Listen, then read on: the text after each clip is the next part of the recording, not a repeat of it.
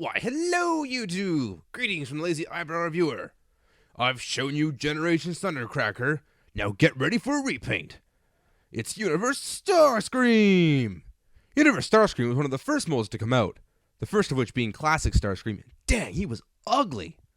However, this is also a custom paint job for Universe Starscream. This nose cone I've painted blue, kind of inspired off of Classic Starscream, but I feel it unifies my Season 1 Seekers since Thundercracker has a black nose cone.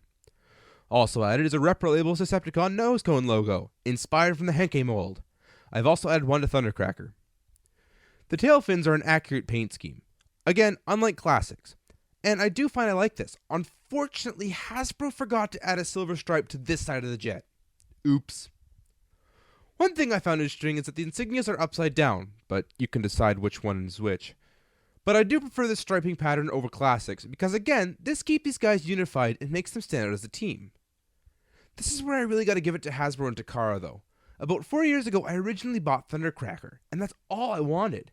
And I didn't care all that much about not having Starscream or Skywarp. But in the show, it groups the three of them together as a team. They're the Energon Seekers. Eventually, it started bugging me, and I was able to get Starscream finally at a reasonable price. For some reason, these like to sell for $50 to $70 on eBay. Skywarp is even worse. If you can find one, it's an exclusive figure, so it runs between $100 to $200. Oh well. On to transformation, and you should all know it by now. Flip the wings, rotate the fins, flip the feet, extend and separate the legs, open the chest, bring out the arms, put down the cockpit, reveal the head, and you're done. Now in this mode you can really see the modifications I've made. I painted shoulder stripes, the intake vents are black instead of the ugly white, and it's a little hard to see but I've painted the chest. It was more of an orangey red before, and I've applied a solid red that looks way better. Anyway, the Seeker mold still retains all the same articulation as any other Seeker mold, thus you can get poses such as pointing and shooting, or even rocking it out on vocals. Hey, they don't call him Starscream for nothing. And man, does he ever look good at Thundercracker. Now I just need a reasonably priced Skywarp.